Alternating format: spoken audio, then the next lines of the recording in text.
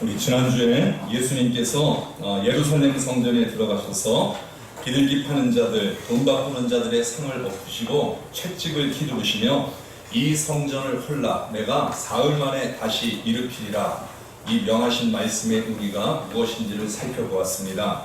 이 히에론을 헐어버려라, 내가 나우스를 3일 만에 지으리라. 그래서 주님이 헐어버리라고 한 성전은 히에론이었습니다. 건물이라고 했죠. 어떤 시스템들이라고 했죠. 복지시설, 카페, 도서관, 이런 것들이 예배보다 앞서고 있다면 여러분 이 모든 것은 다 존재 가치가 없다라는 겁니다. 그래서 나우스가 먼저 세워졌을 때 여러분 그 뒤에 이 나우스 성도들을 돕기 위해서 여러분 히에론이라는 부속 시설들, 여러분 이런 것들이 제자리와 의미를 가질 수 있다라는 것, 바로 이 예수님의 명령을 살펴보았습니다. 여러분 한 주간 동안 얼마나 여러분의 히에론을 무너뜨리셨습니까? 여러분 한 주간 동안 이 나우스를 세우려고 여러분 말씀 기억하며 말씀 순종하며 사셨습니까? 오늘도 여러분 구약 말씀을 통해서, 출애굽기 말씀을 통해서 예수님이 말씀하신 왜 예수님 그렇게 하셨나, 그게 하나님의 뜻이기 때문입니다. 말씀에 명령되어 있고 그게 원리이기 때문입니다. 그래서 오늘은 그 원리를 살펴볼 것이고, 다음 주에는 조금 철학적 관점에서, 사회과학 측면에서 교회라는 공동체의 어떤 특이성, 다른 공동체와 교회가 어떻게 다른가, 이런 점들을 좀 살펴보려고 합니다. 오늘 출애굽기 말씀에 바로 예수님이 이 히에론을 헐고 나우스를 세워라, 나우스의 실제가 뭔가, 나우스의 원본이 무엇인가, 여러분 그 원본이 오늘 25장 속에 여러분 제시되고 있습니다. 출애굽기 속에 나오는데, 여러분 출애굽기는 제가 우리 수요 예배 때 강의를 했습니다. 우리는 출애굽기 지극히 일부만 알고 있습니다. 우리 수요일날 출애굽기 강의를 들으셨던 분들은 제가 이렇게 얘기했던 거 기억나는지 모르겠네요. 출애굽이라는 이름은 출애굽기를 설명하기엔 턱없이 부족하다. 뭔가 이 부족한 설명을 보충해줄 다른 이름이 필요하다. 혹시 기억나십니까? 시내산 언약기, 제가 이렇게 말씀드렸던 기억 있으시는지 모르겠네요. 그래서 여러분 출애굽기의 핵심 내용은 시내산 언약기입니다. 시내산에서 하나님과 이스라엘이 언약 맺은 이야기입니다. 근데 신기하죠? 성도들은 이런 거 하나도 몰라요. 무슨 얘기만 기억하고 있는 줄 아세요? 모세 이야기, 그리고 10가지 재앙 이야기, 그리고 홍해바다가 갈라진 이야기, 이거밖에 모릅니다. 근데 여러분 이 이야기는요 출애굽기 3부작 가운데 1부작입니다. 1부작만 읽고 나 출애굽기 다 알아, 이럴 수 없죠. 2부작, 3부작까지 다 알아야 합니다. 그래서 출애굽기 1부에 해당하는 내용이 어디냐, 1장에서 18장까지입니다. 여기가 여러분이 너무나 잘 알고 있는 모세 이야기가 나오고 10가지 재앙 이야기가 나오고, 그리고 홍해바다가 갈라지는 이야기, 이런 이야기들이 나오고 있습니다. 그래서 1부의 주제는 탈출, 구원입니다. 죄악된 세상에서, 애국으로 상징되는 죄악 세상에서 하나님께서 당신의 백성들을 구출해 내시는, 즉 엑소더스. 이 엑소더스 한 사람들이 여러분 모여서 이룬 공동체 에클레시아, 여러분 어원적으로 같습니다. 탈출해온 사람들, 빠져나온 사람들의 무리, 이게 여러분 성경이 우리에게 가르쳐주고 있는 교회의 이름입니다. 세상에서 빠져나온 사람들, 죄악에서 빠져나온 사람들, 그 사람들이 모인 무리, 모인 곳, 여기가 에클레시아 교회인 겁니다. 그래서 1부에서는 여러분 주로 빠져나오는 이야기, 여기에 초점이 맞춰지고 있습니다. 그런데 2부는 19장에서 24장까지의 내용입니다. 이 내용이 출애굽기의 핵심 내용입니다. 하나님과 이스라엘이 언약 맺으시는 내용, 시내산 언약에 관한 내용입니다. 그래서 출애굽기의 핵심이 뭐냐? 바로 이 부분입니다. 여러분 구원은 받았는데 하나님하고 나하고 아무 관계없다.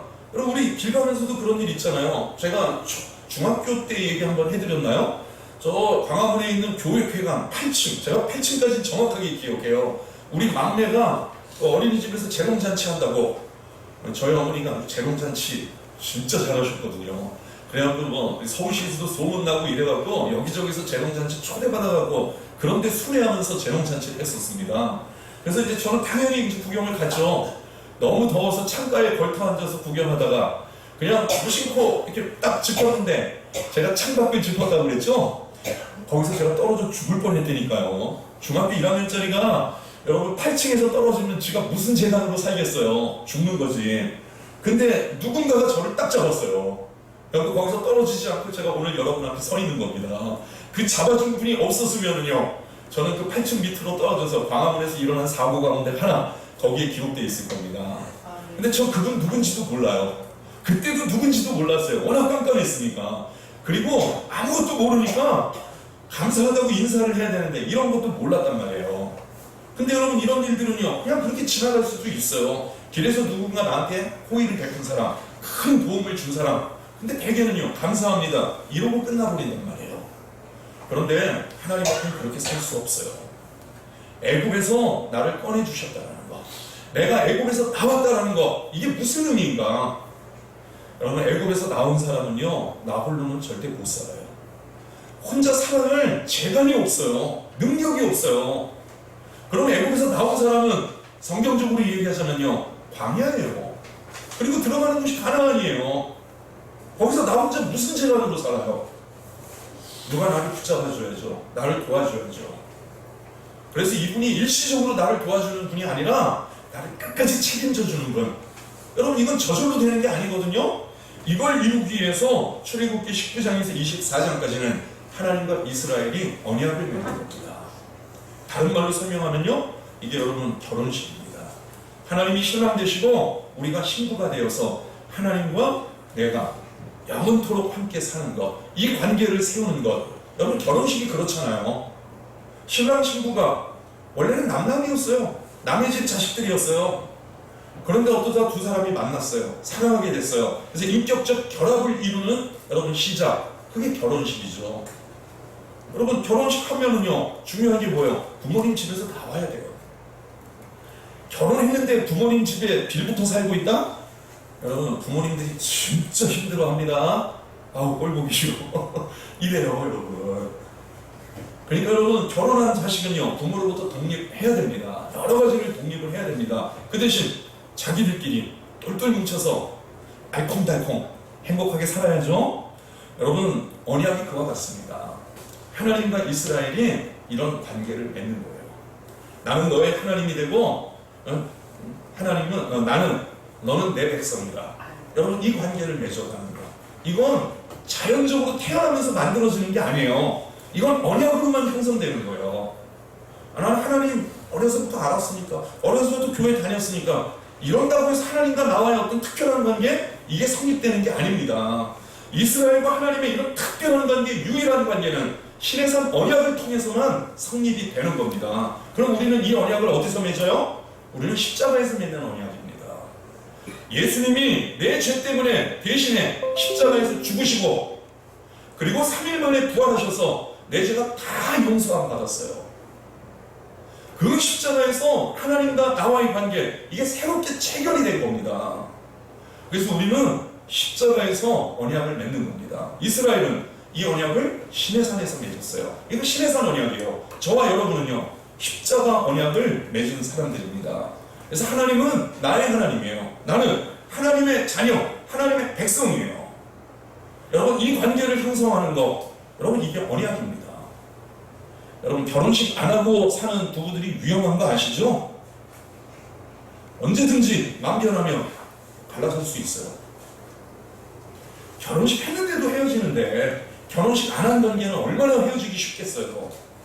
하나님과 나 사이도 역시 마찬가지예요. 이런 언약이 없으면 언제고 내가 깨버릴 수 있어요. 하나님은 절대 깨지 않습니다. 근데 사악한 인간들이 깨는 겁니다.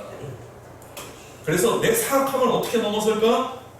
여러분 부부가 결혼식 할 때 분명히 약속해요. 신랑은 신부를 아끼고 사랑하고 평생토록 사랑할 것을 약속하십니까? 다들 네! 그러죠. 근데 진짜 그래요? 진짜? 이 양반 꼴 보기 싫을 때 없어요. 예수 솔직하게. 아 그때도 아끼고 와 역시 예수 집사님 착해. 저기 이성섭 집사님 좀 특별 운동하셔야 될 것 같은데 이런 아내를 얻게 해주셔서 감사합니다 하고 또 그런 남편 되시길 바랍니다. 그런데 여러분, 네, 아멘. 어쩌다 보면요, 이게 흔들릴 때가 있어요. 이게 미워질 때가 있어요. 냉랭해질 때가 있어요. 여러분, 이거 어떻게 극복하는 거예요? 결혼식이 그래서 중요한 거예요. 결혼 서약이 그래서 중요한 거예요. 근데 한국 사람들은 이런데 진짜 무지랭이들이에요. 너무 이런 걸 가볍게 여겨요. 서로가 사랑이 식어질 때, 신뢰가 약해질 때, 그때 여러분 돌아가야 할 자리가 결혼 서약이에요. 그때 주례 앞에서, 청중 앞에서 했던 약속, 그거 기억하면서 회복하는 거예요. 그 언약을 내가 계속 지킬 수 있다? 그럼 남편이 무슨 짓을 했어도, 마누라가 무슨 짓을 했어도 여러분 서로 사랑하고 아끼고 존중하면서 살아갈 수 있는 겁니다. 근데 여러분, 부부관계도 돈 때문에 깨지더라고요. 남편이 방해서, 마누라가 돈 날려먹어서, 그래서 깨지더라고요. 그래서 나는 너 더 이상 사랑 못하겠어. 꼴 보기 싫어. 여러분, 이래가지고 달라지는 경우가 너무나 많습니다. 여러분, 언약은 소중한 겁니다. 이걸 지킬 때 관계도 오래 영원토록 지속될 수 있는 겁니다. 여러분, 하나님 앞에 감정으로만 살아가지 마시기를 바랍니다. 하나님 앞에 내가 십자가에서 무슨 일이 있었나, 그 일들을 돌아보면서 십자가에서 하나님과 나와 맺어진 언약, 그 소중함, 그 귀중함, 그것을 다시 한번 여러분 헤아려 보시기를 바랍니다. 그게 19장에서 24장까지 출애굽기 핵심 내용입니다. 그런데 또 25장에서 40장까지는요, 출애굽기 3부입니다. 자, 언약을 맺었어요. 결혼을 했어요. 신혼여행 갔다 왔어요. 자, 공항에서 딱 내렸습니다. 어디로 가야 되죠? 집으로. 어떤 집이요? 부모님 집이요? 신혼집으로 가야죠. 거기서 뭐 하는 거예요? 거기서 신랑 신부가 같이 사는 겁니다. 그러니까 여러분, 신랑 신부는요, 최소한 기본적으로 여러분 지켜야 될 게 뭐예요? 같이 살아야 돼요. 이게 깨지면은요, 부부관계는요, 위험해집니다. 약해질 수밖에 없습니다. 결혼식 갔다 왔는데, 야, 나는 네 아버지 집 갈 테니까 너는 니네 아빠 집으로 가라. 이게 무슨 부부예요? 각자지. 그러니까 여러분, 결혼으로 하나 됐으면 같이 살 공간이 필요합니다. 그래서 구원받은 성도는요, 혼자 살면 안 돼요. 하나님과 함께 살아야 됩니다. 그런데 함께 하는 이 시간이 얼마나 되느냐? 여러분, 이 시간 분량이 정말 중요합니다. 여러분, 주말 부부 봐보세요. 처음엔 애틋하죠. 일주일에 한 번 보니까. 결혼했는데 신랑 신부가 직장이 서울, 부산 이렇게 떨어져 있으면요, 어떻게 살아요? 어쩔 수 없이 주말 부부로 사는 거예요. 처음엔 진짜 애틋해요. 여러분, 시간 지나도 애틋할까요? 여러분, 유명 인사들이 공개 연애한다고 선언했다가, 연예인들이 공개 연애한다고 선언했다가, 여러분, 그 헤어지는 여러분 많은 원인 가운데 하나가 뭐예요? 서로 바빠서, 일정이 많아서 만날 시간이 없어요. 여러분, 우리 말에도 있잖아요. 눈에서 멀어지면 어디서도 멀어진다? 마음에서도 멀어지게 돼 있어요. 그러니까 부부는 늘 붙어 있어야 돼요. 그러면서 여러분 서로 마음이 가까워지는 거예요. 더 사랑하게 되는 거예요. 여러분, 혹시 내 파트너가 꼴 보기 싫어도 여러분 꼭 옆에 붙어 계시길 바랍니다. 찰떡같이 붙어 계시기를 바랍니다. 그래야 회복이 됩니다. 부비부비해야 회복되는 거예요. 징그럽다고 저기 꺼져, 비켜, 냉랭해질 수밖에 없어요. 여러분. 자, 이 원리가 하나님과 나 사이에도 있어요. 여러분, 지난 한 주간 동안 여러분 하나님과 얼마나 많은 시간 보내셨어요? 하나님과 자주 교제하셨습니까? 하나님과 자주 함께 하셨습니까? 그 시간이 많으면 많을수록요, 친밀감이 증가합니다. 친밀감이 증가하면은요, 여러분 소통이 쉬워져요. 그런데 만나지 않으면요, 친밀감이 떨어지게 돼 있어요. 친밀감 떨어진 사람은요, 대화도 쉽지 않아요. 소통도 잘 안 되는 거예요. 여러분, 형제와 자식들을 한번 비교해 보세요. 여러분, 형제들 여기 다 시집장 다 가시고 다 가족 이루셨으니까 여러분, 형제들 1년에 대략 몇 번 만납니까? 예수 집사님인데 몇 번 만나요? 형제들 1년에 대여섯 번. 자, 구장로님네 형제들은 얼마나 만나세요? 1년에?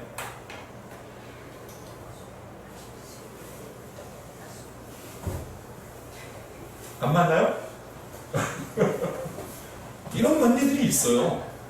여러분 어렸을 때 같이 살 때는요 영원히 살 줄 알았어요. 그런데 각자 가정을 이루고 나니까 이게 뭔가 상황도 다르고 문제도 일어나고 옛날 같지가 않은 거예요. 그러니까 여러분 정상적이면 1년에 몇 번 만나느냐? 정상적이면 최소 부모님 살아계시면 3번은 만나요. 언제죠? 설, 추석, 또 한 번은 생신. 이게 어쩌면 요 3번만 만나는 가족들도 많아요. 형제들도. 그래도 사는데 지장 있어요? 없어요? 없어요. 제 동생들이요? 1년에 한 번도 안 봅니다. 못된 것들이. 그래도요, 저 살아가는데 아무 지장 없어요. 이게 형제더라고요. 근데 여러분, 자식은 어떻죠? 우리 애가 어젯밤에 안 들어왔어. 여러분, 아무 문제 없으세요? 속 터지죠. 속 터진다는 건 무슨 얘기예요? 죽겠는 거예요. 여러분, 이게 다른 거예요. 여러분, 하나님이 출발한 내 형제면은요, 1년 동안 안 봐도 살아요. 일주일에 한 번만 보는 것도 살 수 있다고 생각할 수 있을지 몰라요. 근데 여러분, 하나님과 내가 가족이다. 여러분, 이렇게 생각을 해보세요. 하루라도 안 보면요, 견딜 수 없어야 됩니다. 여러분, 한 주간을 이렇게 사셨으니까 내 한 주간의 삶 돌아보시고 점검해 볼 수 있길 바랍니다. 그래서 그 하나님과 친밀해지고 소통할 수 있는 공간, 이게 필요한 거예요.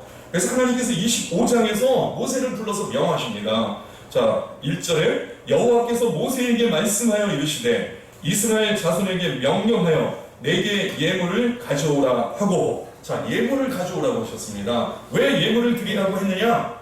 이 예물을 가지고 성막, 하나님과 이스라엘이 만날 장소, 공간, 이것을 만드시겠다는 겁니다. 그런데 원칙이 어떻게 되어 있느냐? 내가 너희들한테 비용 주지 않는다. 너희가 가져와라. 너희 예물을 가져와라. 자, 그래서 예물을 가져와야 됩니다. 그런데 어떻게 가져와야 되느냐? 기쁜 마음으로 내는 자가 내게 바치는 모든 것을 너희는 받을지라. 자, 하나님의 성전 나우스를 짓는데 2가지 원칙이 있습니다. 첫 번째, 예물을 가져와라. 여러분, 예물 가져오라고 해서 100% 다 가져오지 않습니다. 절대 안 가져오는 성도들이 있습니다. 왜일까요? 하나님과 관계가 없기 때문이에요. 여러분, 하나님을 사랑하면은요, 뭔가 드리고 싶어요. 여러분, 사랑하는 대상에게 여러분 받고 싶어요? 주고 싶어요? 주고 싶은 거예요. 그래서 여러분, 여행할 때 제일 여러분 첫 번째 공식이 뭐예요? 여자가 남자한테 도시락 싸주는 거. 남자는 그거 먹으면서 너무 행복한 거예요. 너무 시대가 지나갔어요. 아, 그래요? 그럼 요즘은 뭐예요? 요즘은 뭐예요? 김희경 집사님 안 해봐서 몰라요? 우리? 아직 미혼이에요? 선물하기. 네. 자, 여러분, 하나님 앞에서 여러분 이 성막을 짓는 재료, 그것은 예물입니다. 내게 예물을 가져와라. 얼만큼 가져올 건데? 내 사랑의 분량만큼입니다. 사랑의 분량만큼 하나님 이거 주의 전을 세우는데 쓰기를 원합니다. 그렇게 쓰임받기 원합니다. 여러분, 주님 앞에 드리게 돼 있어요. 사랑하는 분량만큼입니다. 부자다 가난하다 이게 아니에요. 2번째 원리는 뭡니까? 기쁜 마음으로 내는 자. 여러분, 헌금하실 때 너무 행복해 하시기를 바랍니다. 헌금하는데 너무 기쁘시기를 바랍니다. 여러분, 헌금하는데 이런 사람들이 있어요. 오, 센노라쳐. 여러분, 헌금은요, 사랑하는 마음이 있을 때 드리는 거고, 그 드릴 때 기쁨이 넘쳐요. 여러분, 저 부목사 때 전입이 딱 됐는데 우리 사모님이 저한테 내가 하나님한테 헌금하고 싶대요. 그래서 너 얼마 할까? 그래서 당신이 알아서 해 이랬어요. 아이, 이 여자가 사고 친 거 아세요? 첫 달 살에 100%를 다 내버렸어요. 와, 나는 그렇게까지 생각 안 했는데 첫 달 살에 210만 원인가 다 내버린 거예요. 와, 와, 진짜 여러분 속으로 이러는데요. 아, 그래도 명색이 목사인데 제가 우리 집사람한테 뭐라고 그랬을까요? 잘했어. 근데 저는 살짝 속이 좀 맞춰지더라고요. 여러분, 저보다 제 아내가 하나님 더 사랑하더라고요. 지금도 우리 집사람 소원은요, 헌금 많이 하고 싶은 소원이 있어요. 여러분, 하나님 그만큼 사랑하기 때문이에요. 왜요?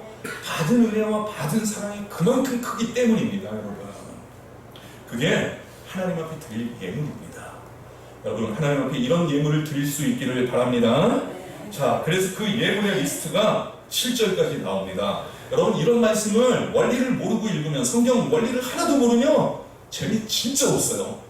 근데 여러분, 각 절마다 드리는 예물은요, 다 매칭되는 대상이 있습니다. 먼저 3절, 너희가 그들에게 받을 예물은 이러하니 금과 은과 놋과. 여러분, 이거 왜 드려야 될까요? 이거 어디다 쓸까요? 집기요, 집기. 제사 드리려면 그릇이 필요하단 말이에요. 우리 성찬식 하려면 포도주, 분경, 이거 다 그릇이 있어야 되잖아요. 여기 쓰일 그릇들입니다. 여러분, 이런 필요가 있는 거예요. 괜히 쌓아두려고, 저축하려고. 교회가 돈 쌓아놓으면 여러분 더 이상 교회가 아닙니다. 거기 빨리 망해야 되는 곳입니다. 그래서 금과 은과 놋은요, 여러분, 예배 제사 집기를 위해서, 여러분 그 필요를 위해서. 그 다음 4절, 청색, 자색, 홍색 실과 가는 배실과 염소털. 여러분, 이건 왜 드리라고 할까요? 성소의 내전입니다.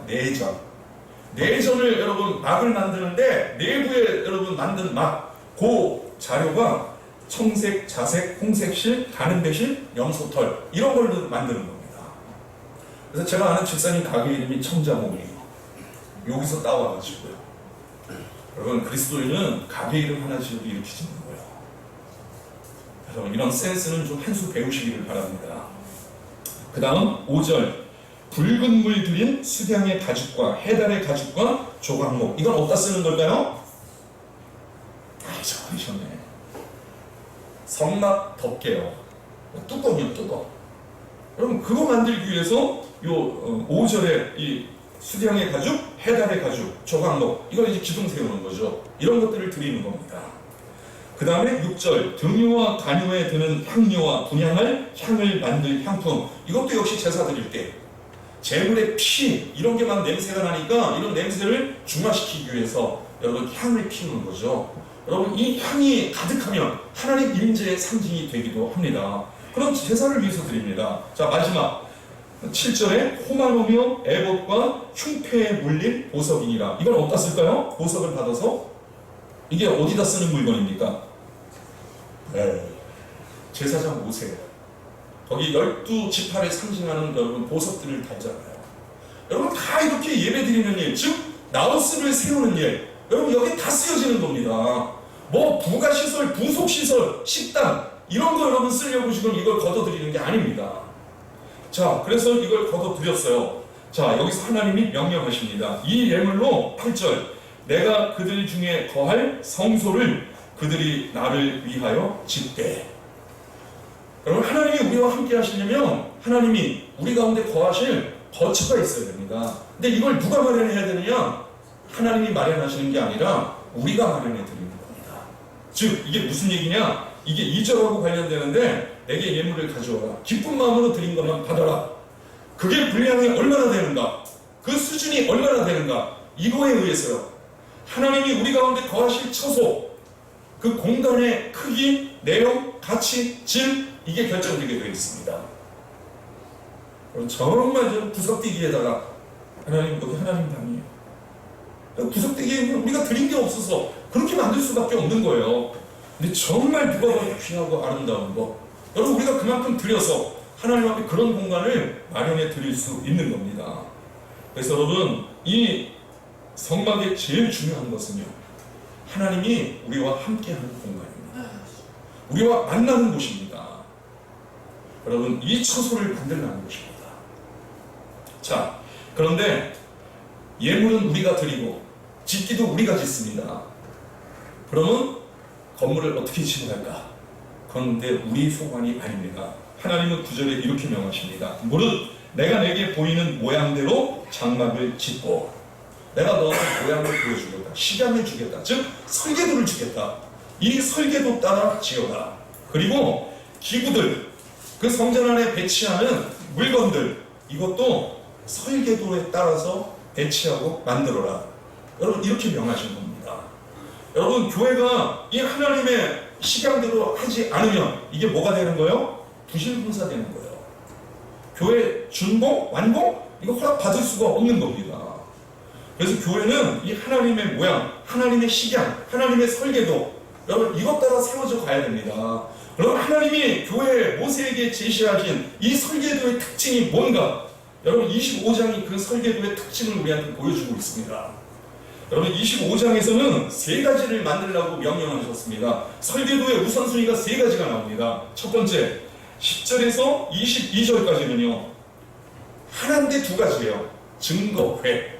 지금 우리식으로 얘기하자면 가장 유사한 게 뭐냐? 강대상입니다. 강대상을 만들어라. 그 다음 23절에서 30절까지는 진설병을 만들어라. 진설상을 만들어라. 지금 우리식으로 얘기하면 식당입니다. 꼭은 아니지만. 그 다음 마지막 31절에서 40절까지는 등대를 만들어라. 우리식으로 얘기하면요 조명이요. 이런 것들이에요. 순서가 이렇게 되어 있습니다.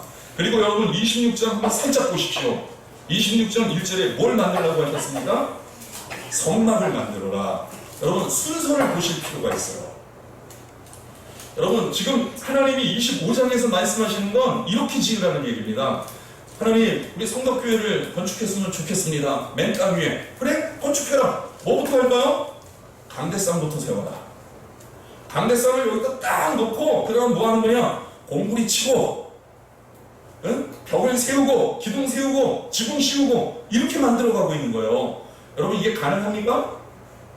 건축 어떻게 해요? 우리는 왁구부터 만들고 그 다음에 다 채워넣잖아요.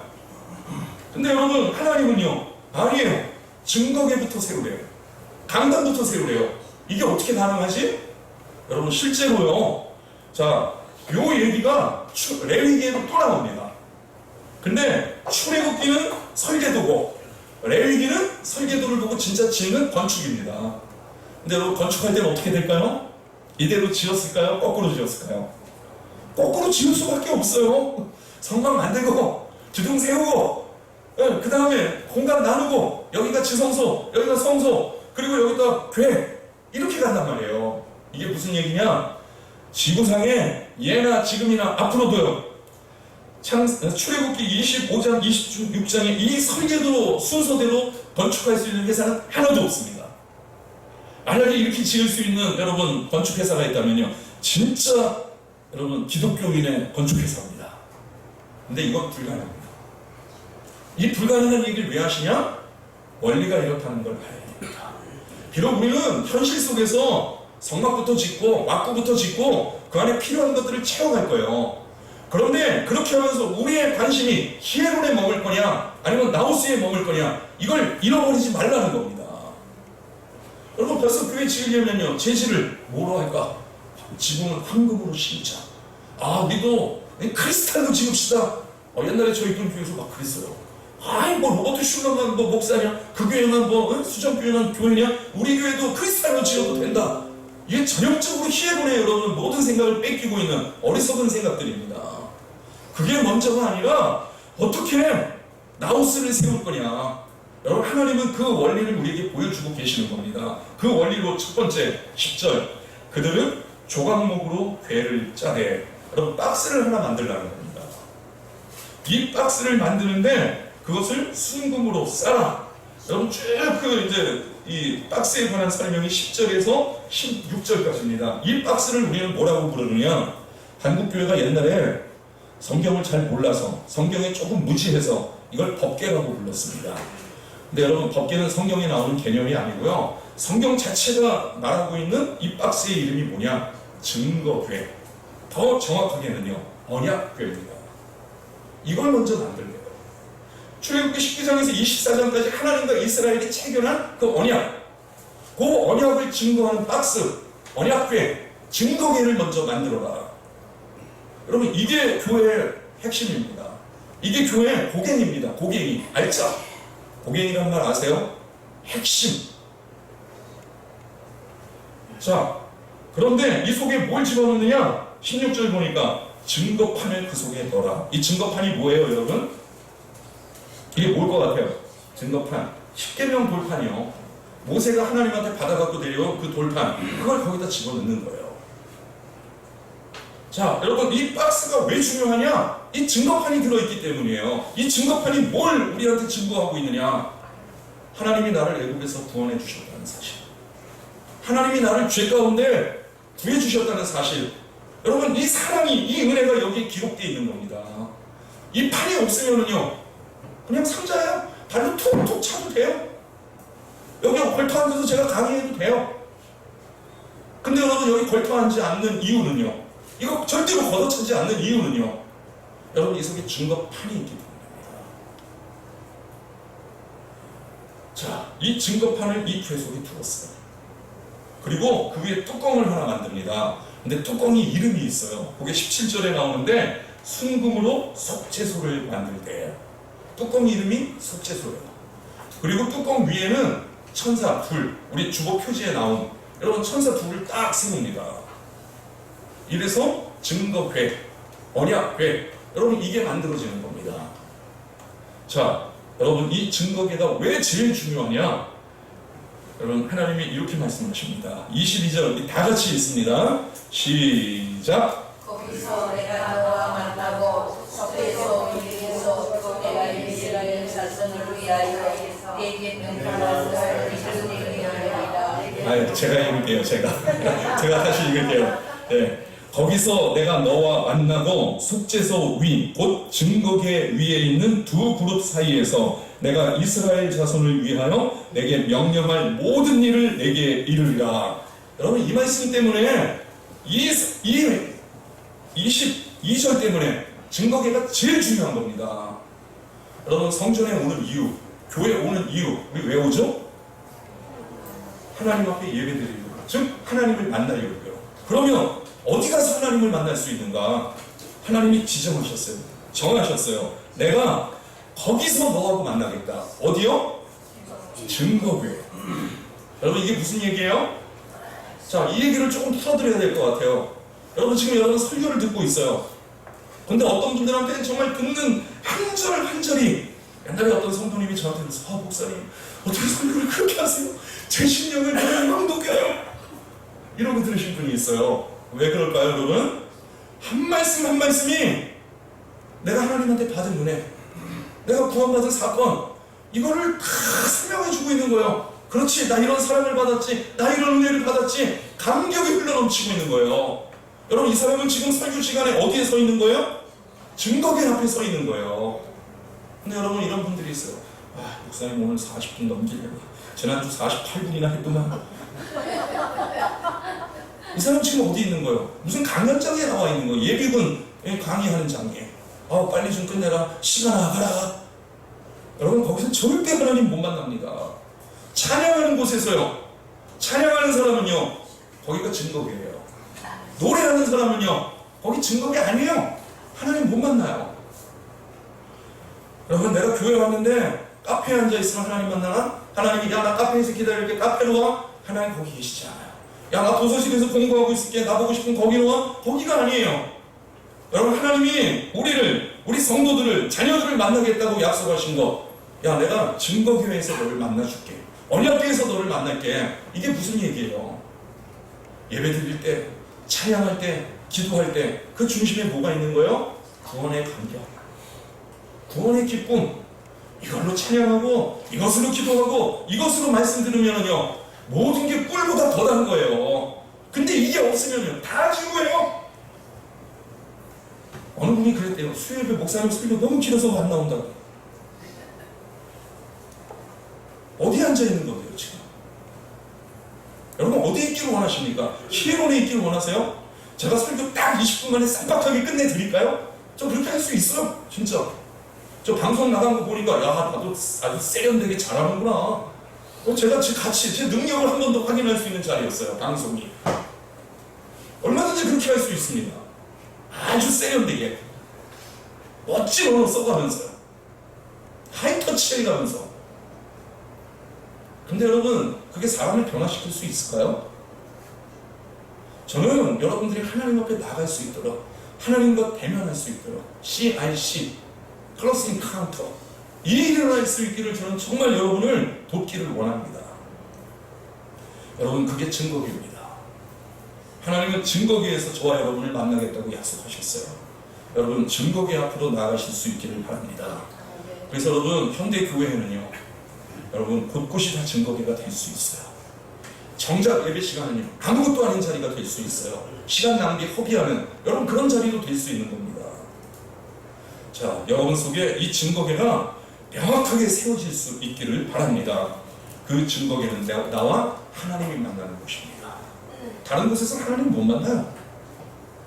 두 번째, 오늘 말씀 듣고 예배 드리고 돌아가는데 어떻게 살아야 되지? 여러분, 하나님께서 또 이것에 대해서 약속해 주셨습니다. 속죄소 위, 곧 증거계 위에 있는 두 그룹 사이에서 내가 이스라엘 자손을 위하여 내게 명령할 모든 일을 내게 이루리라. 내가 어떻게 해야 될까요? 무엇을 할까요? 여러분, 속죄소 위에서 하나님께서 우리에게 명령하시겠다는 겁니다. 그래서 여러분, 증거계 앞에 나간 사람은요, 속죄소 앞에 서 있는 거예요. 거기서 하나님 만나는 은혜가 있고요, 감격이 있고요. 나 어떻게 살아야 되지? 내 삶에 대한 하나님의 지침, 여러분 이것을 확인하고 이것을 발견할 수 있는 자리, 여러분 그 자리가 바로 여러분 이 속죄소인 겁니다. 여러분, 이게 하나님께서 세우신 원리예요. 여기가 나우스다. 나우스로 들어와라. 왜 히레몬에만 머물고 들이냐? 나우스로 들어와라. 여러분, 오늘 나우스로 들어가기를 사모하시기를 바랍니다. 이게 안 되면은요, 이거 사실 다음 주 할 얘기인데 살짝 땡겨와서 얘기할게요. 여러분, 이런 걸 아무리 형식적으로 만들어도요, 이게 반복만 되고 있다? 하나님을 못 만나고 있다?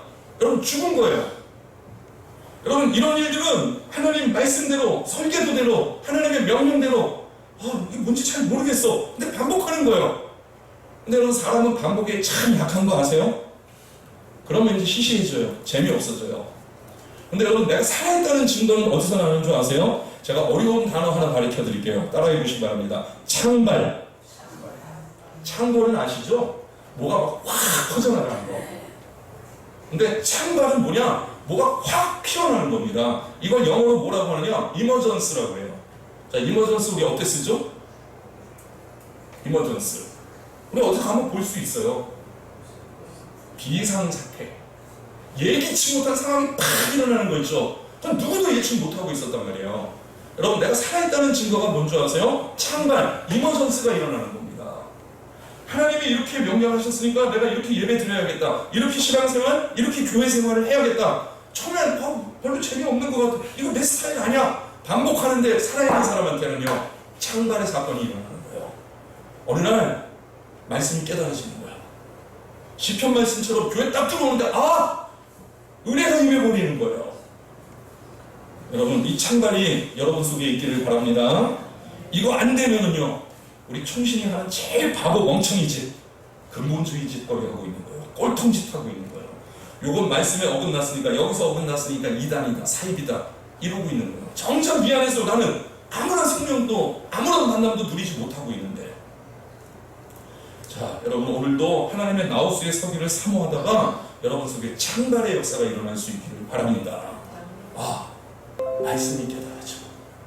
찬양하는데 하나님의 마음을 알겠어. 하나님의 음성을 들을 수 있어. 이게 창발입니다, 여러분. 그게 여러분 살아있다는 증거입니다. 여러분, 하나님 사랑하는 자는요, 하나님이 기뻐하는 자에게는요, 창발의 축복이 임하는 줄 믿습니다. 사회학자들이 들으면 기가 차요. 저걸 성경에 써먹다니요. 이 창발은 사회학적 용어거든요. 자, 이것이 바로 여러분 하나님께서 우리에게 명하신 나우스입니다. 그리고 이게 지성소거든요. 지성소를 딱 나오면 뭐가 있는 줄 아세요? 23절에서 30절까지 진설상입니다. 우리 식으로 얘기하면 제가 식당이라고 했는데 꼭 식당은 아니에요. 상이 하나 만들어져 있습니다. 여러분, 가정에서 제일 중요한 자리가 어디냐? 거실이 아닙니다. 식당이어야 됩니다. 식탁이어야 됩니다. 가족들이 쭉 둘러가는 자리. 우리 경제를 갖고 하나님 주신 것 열매를 갖고 온 가족이 둘러앉는 자리. 여러분 가족에 온 가족이 한 식탁에 둘러앉는 일이 자주 있습니까? 드물죠? 다 각자 먹죠. 이게 참 어려워진 시대인 것 같아요. 여러분, 하나님을 만나는 나우스를 섬기는 사람들은요, 하나님과 내가 마주하는 상이 있어요. 이건 다른 사람과 만나는 자리가 아닙니다. 하나님과 내가 마주하는 자리입니다. 여러분 상에 앉아서는요 먹고 끝나는 거 아니죠? 교제하는 자리입니다. 그래서 여기에 뭐를 두라고 했느냐? 30절 상위에 진설병을 두어라. 떡입니다. 12개의 진설병. 이거 하나님이 우리에게 주신 겁니다. 그 하나님이 주신 음식을 먹으면서 하나님과 교제하는 겁니다. 여러분 이런 진설상의 축복, 진설상의 은혜를 여러분 식탁 교제 가운데 나누실 수 있기를 바랍니다. 여러분 순서가 이렇게 거꾸로 가는 거예요.